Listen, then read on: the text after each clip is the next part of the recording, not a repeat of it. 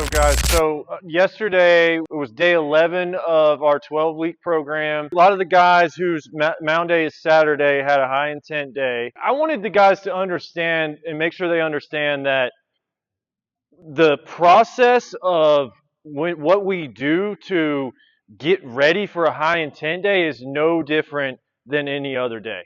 So we're still using the plyo balls at 50% effort. And that's to get our sequencing, feeling our arm on time, and then we want to make sure that we are keeping that timing, feeling that timing, and then just slowly building up the intent. So I was really stressing to the guys the importance of timing the intent. So we hear a lot of talk about arm speed. Well, we want the arm speed to peak out in front, right? That's when the arm accelerates, is when it gets out in front of the face. So really talking about timing the intent and just making sure that, and that's why we stress so much we talk so much about controlling the takeaway, right? Controlling the takeaway.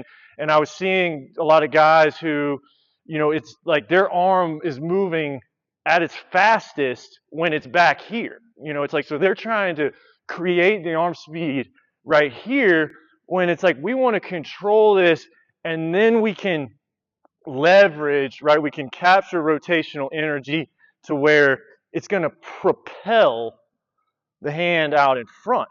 So just talking to some of these guys who they struggle with lower intent because they don't really understand that the intent happens out here. So when we're at low intent, moderate intent, it's just that little whip of the hand out in front where it builds, whip.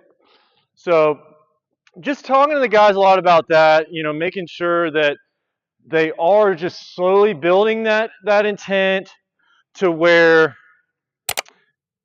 once they get up to their high intent throws, they're just reaching out a little more, right? It's well-timed violence. So we had a really good high intent day with some of the guys where we saw some guys getting up into the low 90s. Some of the younger guys had more light intent, moderate intent day. So we got them on the mound a little bit, just working on some of that no momentum stuff, making sure they understand just how to efficiently turn the corner, right? So there's a corner here.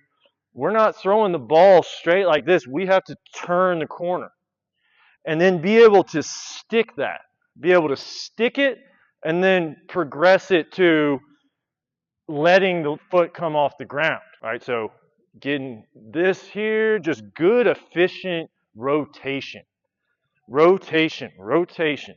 Making sure that the guys are not flexing to throw. Like too much, we're seeing, some guys where it's like they're flexing to throw rather than just good rotational mechanics, replacing the shoulders. And then that's when that rotational energy is really going to propel the arm to have some good hand speed out in front.